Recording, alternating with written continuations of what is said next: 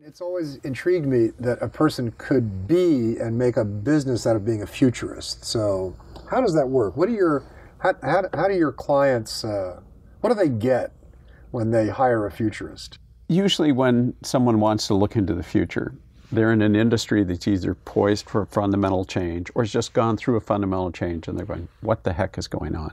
So it's that moment in time when people realize that the uncertainty is a whole lot greater than they realized. Mm-hmm. And so what I do and when I come in is I help them understand uncertainty. I don't predict. Yeah, I know you. I've heard you say that, but say more if you can about Yogi the difference between a Yogi Berra put it right when he said prediction's really difficult, especially when it's about the future. Prediction is logically impossible as long as you believe we're in a world where our actions in the present affect outcomes in the future. So the way I think about looking into the future is that you're looking at into a cone of uncertainty. You're basically mapping a cone of uncertainty and say, how broad is the cone? What's inside it? What are the signposts to look for that a particular future is coming to pass? And in that sense, the trick is if you draw that cone too narrowly, you're going to miss things. You're going to be surprised. Yeah. Mm-hmm. And that's generally not a good thing. Right. If you draw it too broadly, you're going to end up wasting your time. Doesn't mean much. Looking at stuff. It's boiling the ocean to get a cup of salt. Yeah. So the art is to get it just right and then figure out the granularity you need to look out.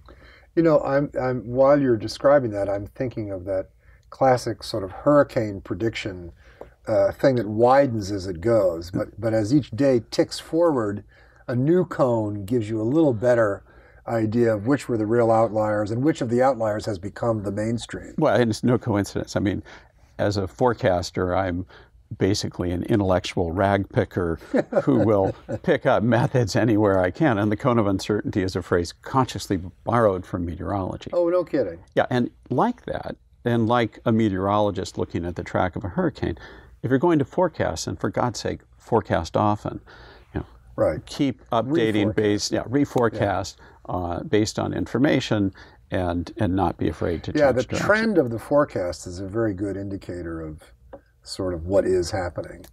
As a pilot, I often watch the sequence of forecasts, and if they're worsening, the weather's going to be worse than forecast. Right, and when you're flying your plane, the future's arriving awfully quickly.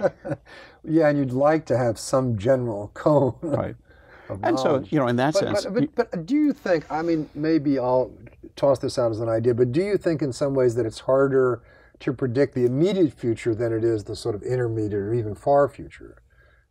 If you squint at the future, you can see the outline of what's likely possibly to happen. But if you try and figure out what the stock market's going to do tomorrow, it's virtually impossible. Right. Well, the first thing about forecasting is to know when not to make a forecast, when things are so uncertain or there are just too many variables. And again, avoiding the trap of trying to predict. That is always the road to ruin.